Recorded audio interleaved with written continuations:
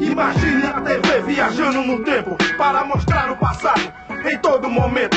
Imagine a vida, as pessoas e os sonhos de outros séculos. Antigos privilégios. 500 anos o Brasil Império na TV. Informação do passado para você aprender.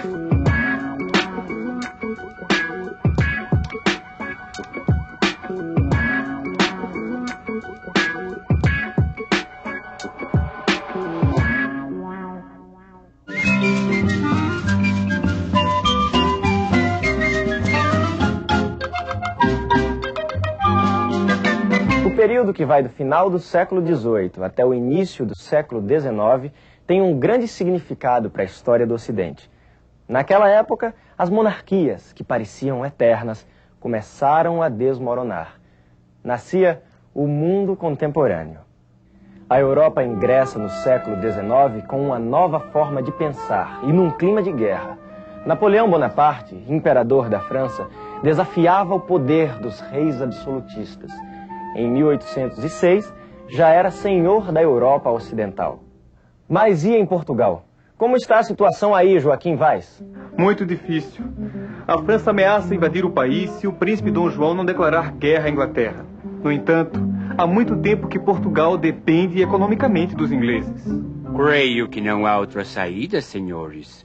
Ou a coroa portuguesa sucumbe diante do exército francês, ou retira-se provisoriamente para o Brasil. Mas Dom João precisa da garantia de proteção da esquadra inglesa durante toda a viagem. Of course. E em troca vamos tirar muitas vantagens, é claro.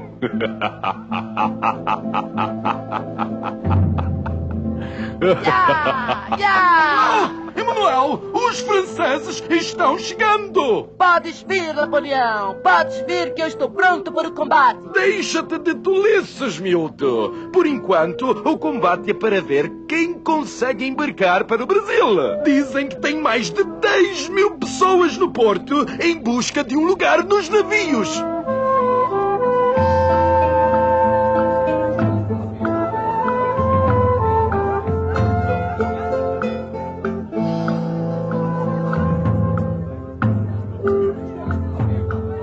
Pai, e o que vai ser de nós sem o príncipe? Serviçais, como sempre fomos, ó. Coloca este baú no navio e volta para pegar o restante das coisas. Sim, senhor!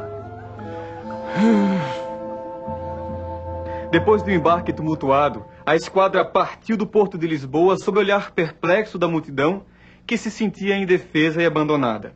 Em março de 1808, as embarcações portuguesas entram na Baía de Guanabara. O desembarque da corte é um dos maiores acontecimentos da história do Rio de Janeiro.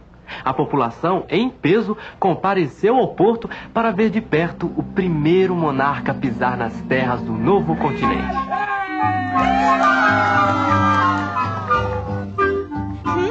Que horror! Antes Luanda, Moçambique ou Timor, a esta pedentina que é o Rio de Janeiro. Calma, mulher. Aos poucos vou realizar melhoramentos aqui. Logo esta cidade será digna da realeza. Meu Deus! Quem é aquele homem tão feio com aquela mulher horrorosa? Não digas isto do nosso príncipe! Aquele é o príncipe? É sim. E aquela é Dona Carlota Joaquina, a esposa do príncipe. E você conhece a família real? Eu sou português e faço parte da... Quer dizer, fazia parte da comitiva. Eu estava no porto com meu pai, embarcando os baús do nosso patrão. E adormeci no navio. Quando acordei...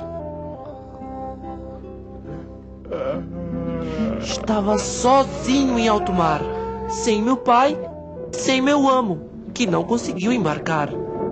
Pobre papai, deve ter ficado desesperado. Olha, se você quiser, pode ficar na minha casa por uns dias, até resolver o que fazer. O meu nome é Severino. Obrigado, amigo. O meu é Manuel. Você mora longe daqui? Moro lá no Saco do Alferes, perto do mercado de escravos. Vamos, que é uma boa caminhada. O que significam essas letras? O povo diz que é prédio roubado. Na verdade, PR quer dizer príncipe regente. E por que estas casas estão marcadas? Porque foram requisitadas para alojar membros da corte. Mais de 2.000 que vão ser desocupadas e seus proprietários mandados para a rua.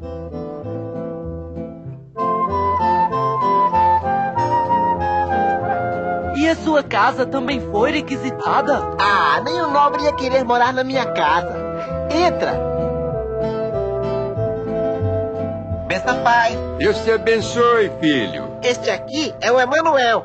Como vai, Emanuel? Pai, ele veio de Portugal por acaso e não tem onde morar. Às vezes o acaso pode trazer grandes oportunidades, Emanuel. Se você tiver jeito e quiser ser meu aprendiz, em pouco tempo consegue o dinheiro para voltar a Portugal. É.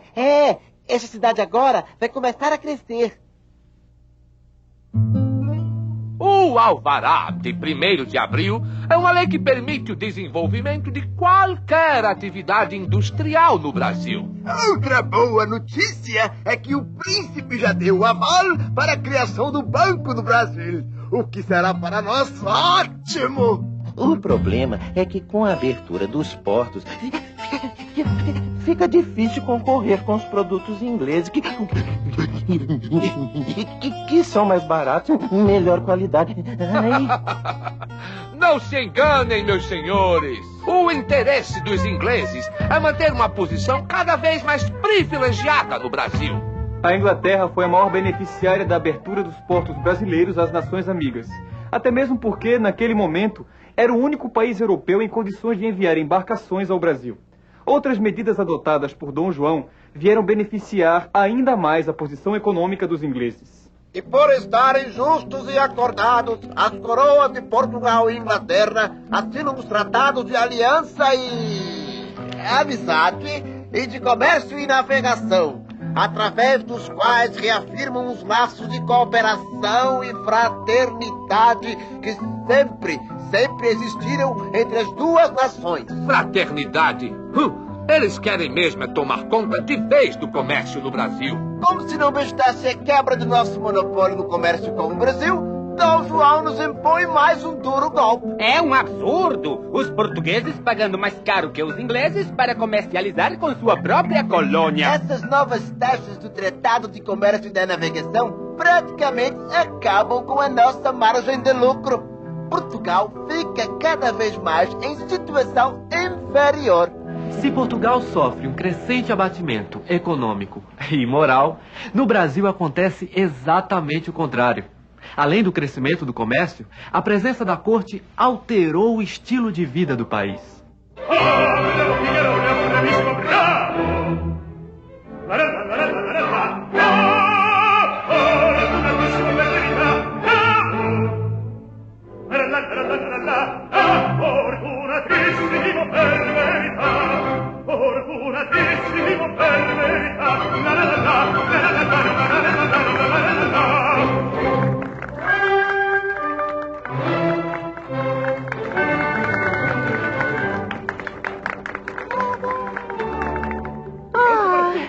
Quando teremos mais espetáculos como esse?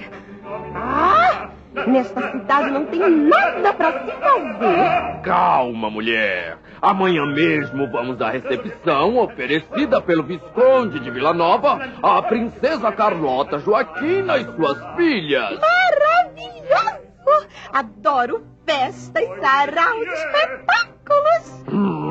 Já sei. Mais dinheiro para modistas e cabeleireiros franceses. Você não vai querer que eu apareça na corte feito uma mendiga. Vai! Rio de Janeiro, março de 1814. Senhor meu pai, vossa bênção. Por aqui as coisas vão muito bem. Continuo trabalhando com o Sr. Januário e os negócios caminham bem. Após 7 anos da minha chegada, fico abismado com as mudanças ocorridas na cidade. As ruas foram ampliadas e calçadas e o comércio está repleto de lojas. Mas os velhos costumes permanecem. Os festejos de rua ainda são o maior divertimento popular. Emanuel, Emanuel, hora de fechar a loja. Hoje tem espetáculo no Teatro do Largo do Rosário. Então, princesa, estás gostando do baile? Não podem esses mosquitos horríveis! O que tens aí, negra? Bolinho de mandioca com frutas. Eu nunca vou me acostumar com o cardápio pobre deste povo.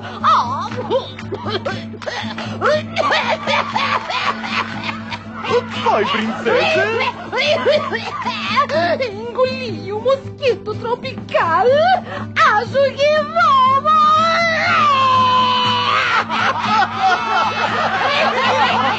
Falar da princesa em praça pública! Isso da cadeia! Se os homens da intendência aparecerem aqui...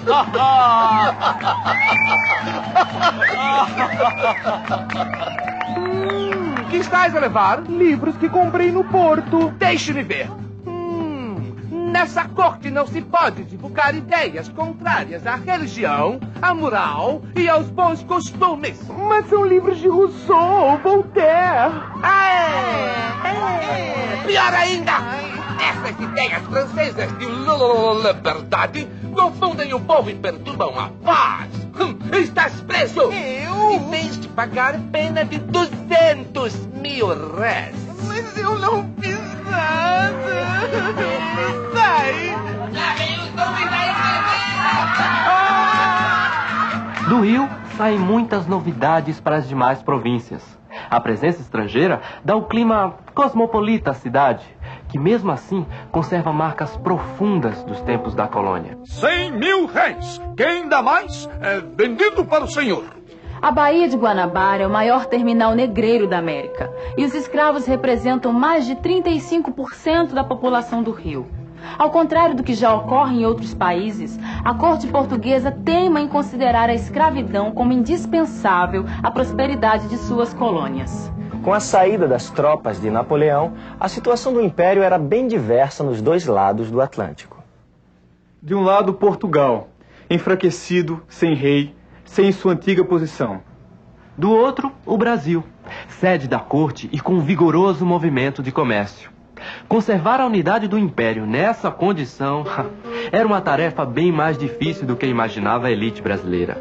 Nós, ingleses, preferimos que Vossa Alteza volte para a Europa. Majestade, é preferível ter um grande poder na América do que sujeitar-se totalmente à Inglaterra lá na Europa. Eu detesto tomar decisões importantes, mas está decretada a elevação do Brasil a Reino Unido de Portugal e Algarves. Severino, ouça essa notícia. Estourou uma revolta em Pernambuco e o governador da província fugiu para o Rio. E o que pretendem os revoltosos? Criar uma república junto com as outras províncias que aderiram ao movimento. A revolta de Pernambuco no Brasil e uma conspiração liberal sufocada em Lisboa deram início a uma série de acontecimentos que iriam aumentar as tensões no Império Português. A aclamação de Dom João VI como monarca do Reino Unido reforçou o peso político do Brasil no Império Português, o que irritou ainda mais os súditos na Europa. Lisbonenses! Não temais as iras deste papão, pois não passa de um burro com pele de leão! Viva a Constituição! Viva! Viva a religião! Viva! Viva o rei! Viva! Viva! A Revolução Constitucionalista da cidade do Porto logo se espalhou por todo o país. O movimento propõe o fim do antigo regime e a elaboração de uma Constituição. Esse acontecimento teve grande repercussão no Brasil, de onde fala Tainá Funiô. No Pará e na Bahia já surgiram as primeiras manifestações de apoio ao movimento do Porto.